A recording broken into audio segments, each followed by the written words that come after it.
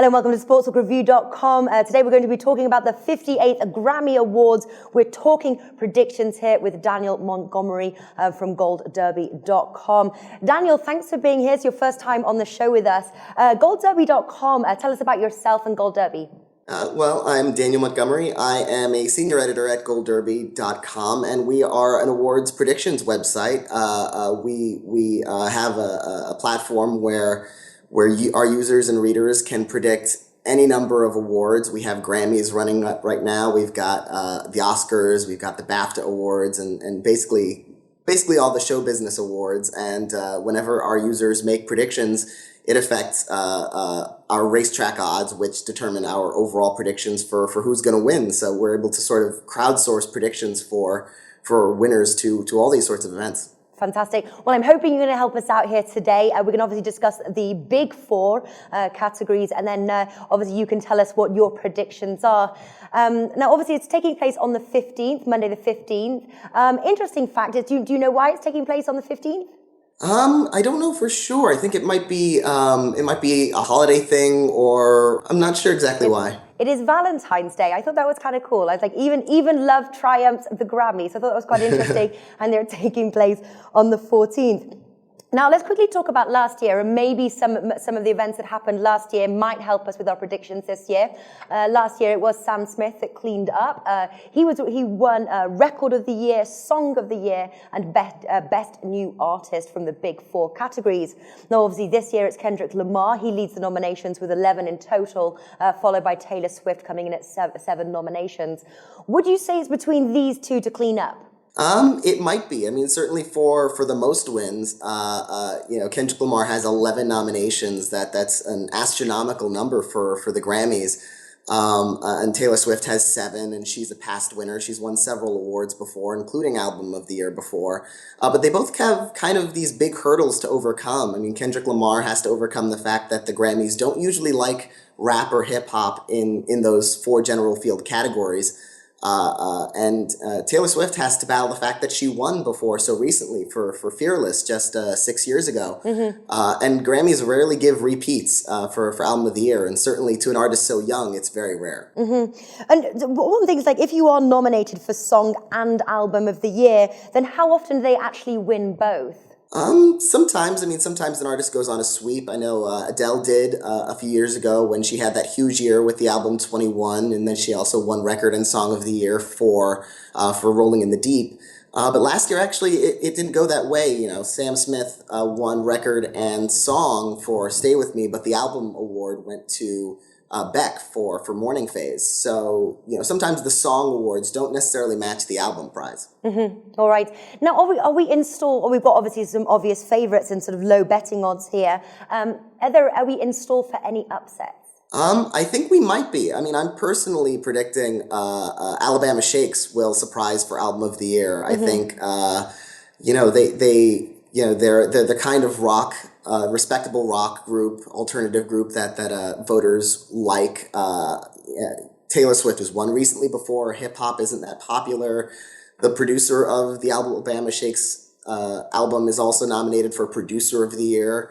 The album is nominated for Engineered Album, which sometimes correlates with Album of the Year victory too. So, I mean, I really do think it might not be as sewn up for Taylor Swift and Kendrick Lamar as it might seem. Now, interested you mentioned sort of Alabama Shakes there, because they're actually priced. They're quite a long shot bet. That's 17 bet, Fred. So you certainly get quite a return for your money there. Yeah, and it's actually a bit far back in our own odds at Gold Derby too. I believe we have it ranked 3rd out of the 5 nominees. And it's because, they haven't been nominated in this category before. They haven't actually won a Grammy before. They were nominated for Best New Artist just a couple of years ago. So they don't have necessarily the name recognition of the other artists in this category, which is probably why I think a lot of people are underestimating them. Taylor Swift obviously is getting like a lot of hype there for winning with her album 1989, but that's low, 1.4 bet 365. So for our viewers, would you probably say like stay away from that? And what are your viewers saying on?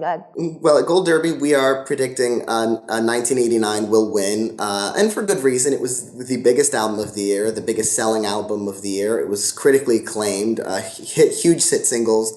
She's nominated across the board for record and song and in the pop categories, and even for music video and those sorts of things, 7 total. So it is a reasonably good bet. I might be completely off base predicting Alabama Shakes, but I don't think she's a lock by any means. Now let's move on to Best New Artist, and it's Meghan Trainor there that leads the way, 1.83 B win. Then there's obviously a few others in there. Would you say there's a couple of surprises in this category? Yeah, there are a few surprises in this category. I mean, at Gold Derby, we were sort of surprised by James Bay getting nominated, and especially Courtney Barnett getting nominated. Those were a couple of big surprises. Tori Kelly was kind of surprised too. You know, she seemed like she might have been on the bubble. We were also, sort of surprised that Hozier, the Irish rocker who was nominated last year for Song of the Year, he wasn't nominated at all. A lot of us thought he might even win. So this category is definitely a few big surprises in there. Who would get your bet right now? Right now, I've got Sam Hunt to win, and I'm not too confident about that. This category is pretty wide open. Sam Hunt, though, he had a big year as a country artist. His album Montevallo sold incredibly well. He's won awards from the Academy of Country Music. He was nominated at the Country Music Association. He won Best New Artist at the American Music Awards. So he's developing all of this cred, and someone like Meghan Trainor, who also has a very good chance. She wasn't nominated anywhere else this year. This is her only nomination, and a lot of us were expecting that maybe she'd get a few nominations for pop, maybe pop album for title, for pop performance, maybe even record and song of the year again, like she was nominated last year for All About That Bass. But she didn't get those, which makes me wonder if there's really enough support for her. So we'll see what happens with that one. Now we're going to move on to Record of the Year and Song of the Year. For maybe those who don't know exactly what the difference is between the two, do you want to tell us? Record of the Year is for the overall record. It goes to the artist, it goes to the producers of the single, and also the engineers. Song of the Year, though, is specifically a songwriting category, which is why we see them differ a little bit, because, a lot of songs have these really great, catchy productions, but, Song of the Year is very much for the lyrics and music very, very specifically. So we have, I think, only two of the nominees overlap in each category this year. Yeah, that's right. Now, obviously, Uptown Funk, Mark Ronson featuring Bruno Mars is the shortest odds, 1.4 there, Coral, then followed by Blank Space, Taylor Swift, and that's 5, bet 365. And then, I don't know, actually, looking at these odds, I think it's very close. And then you've obviously got then D'Angelo there, and the Vanguard, a great song also, but maybe more of a niche market, would you say, than the other sort of poppy records that are in this category? Yeah, I agree. Really Love was a big surprise to a lot of us that it was even nominated. Some of those smaller songs, not quite as the big hits, they sometimes win, but usually if they're sort of riding a wave with an album that's going all the way, like I remember Please Read the Letter by Alison Krauss and Robert Plant won when that album won. And then Ray Charles with Norah Jones, Here We Go Again, when that album won. So without the Album of the Year nomination for D'Angelo and the Vanguard's album Black Messiah, I don't really think Really Love probably has much of a chance here, but it is a close race up at the top. I think Uptown Funk is the record of the year if you consider how big a hit it was. It was on every radio, it was in every commercial, it dominated the music scene for 2015. But then you've got Blank Space by Taylor Swift. Swift, as we talked about, has a lot of support. Ed Sheeran also, Thinking Out Loud, that was a big hit song. And he's never won a Grammy before, so he's overdue. So I really think it's going to be close between those three. Yeah, I think so as well. And interesting, Blank Space has the second most views on YouTube, and that's obviously below Gangnam Style there. Who would you go for the Record of the Year? I'm predicting Uptown Funk. It reminds me a bit of a couple of years ago when Get Lucky by Daft Punk won this category. It was a big hit, a big poppy hit, and it wasn't nominated for Song of the Year either. But I don't think that hurts a song like Uptown Funk, which is really all about the how catchy it is, the production of it. and of course Bruno Mars's vocal performance.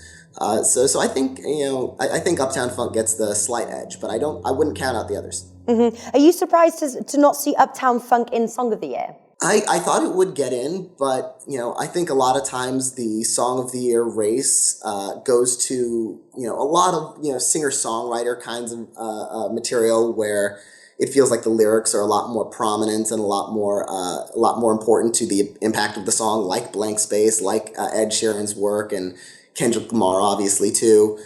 So Uptown Funk, which is a lighthearted kind of pop dance kind of track, it's not too big a surprise that it wasn't nominated for song. Okay, well, finally now the Song of the Year from the Big Four. Interesting, we've got sort of like two songs here. Obviously, one, we've got See You Again, Wiz Khalifa featuring Charlie Puth. Obviously, a tribute to the late Paul Walker. That's a favourite there. And then we've got Girl Crush, which obviously caused controversy at the beginning. They thought that it was a lesbian song. Obviously, it turned out that it wasn't.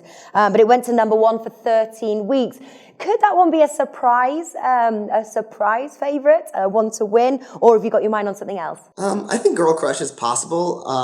Last country song I believe that won this category was "Need You Now" by Lady Antebellum, and that song swept throughout the Grammys. It won Record of the Year, Song of the Year. It won everything in the country field. There's not quite as much support behind Girl Crush or behind Little Big Town. It's not up for Record of the Year. They're not up for album. I think Girl Crush will probably sweep for them in the country field, but I don't necessarily think it will win Song of the Year. So who's your favorite then from this category?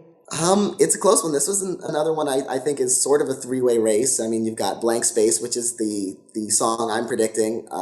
This is a chance. If I think they're going to go with someone else for album and record of the year, this is a chance to really reward Taylor Swift for her huge year, especially as a singer-songwriter. But I really think Thinking Out Loud by Ed Sheeran is right there with her. And even All Right by Kendrick Lamar. The thing about this category is that rap doesn't win here either. I mean, it's very rare that it's even nominated.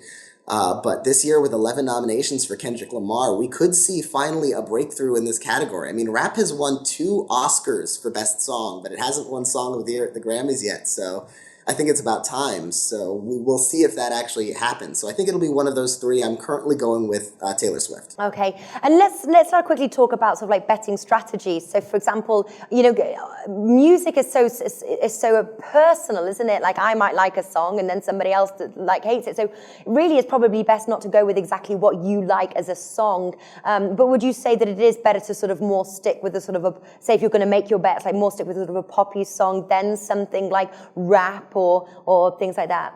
In the general field, yeah, especially, there are rap artists who win lots of Grammys in the rap field. People like Jay-Z, Kanye West, Beyonce has like 20 Grammys for R&B and those in genre categories. But in the general field, we usually see much more conservative, adult contemporary, rock, pop, love songs, ballads, those sorts of things. Those tend to win in the general field when the Grammys are putting everything together and deciding what their favorites are. So statistically, it would be wise to bet against someone like Kendrick Lamar or Wiz Khalifa or The Weeknd. It's not impossible. We could see them break through finally in the general field with some more urban music. But generally, pop and adult contemporary conservative music, that does tend to win. And do you know exactly who votes, like who makes the final decision in the end? Well, this award is an industry award, like the Oscars and the Emmys and the Tony Awards are awarded by peer groups. It's the National Academy of Recording Arts and Sciences. All right, fantastic. Now, obviously, we've gone through the big 4 categories, but if you had to pick one bet, and even from other categories that we haven't discussed, is there one bet that you are absolutely sure that is going to win?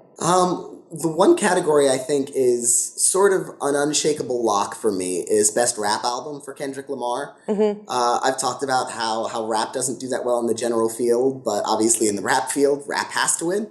And with 11 total nominations, the Album of the Year nomination, the Song of the Year nomination, all that support across the board, I don't think anyone really comes close to touching him for Best Rap Album. So if I had to say somewhere where it's probably your safest bet to place, your bet, that's probably it. All right, fantastic. Daniel, thank you for joining us today.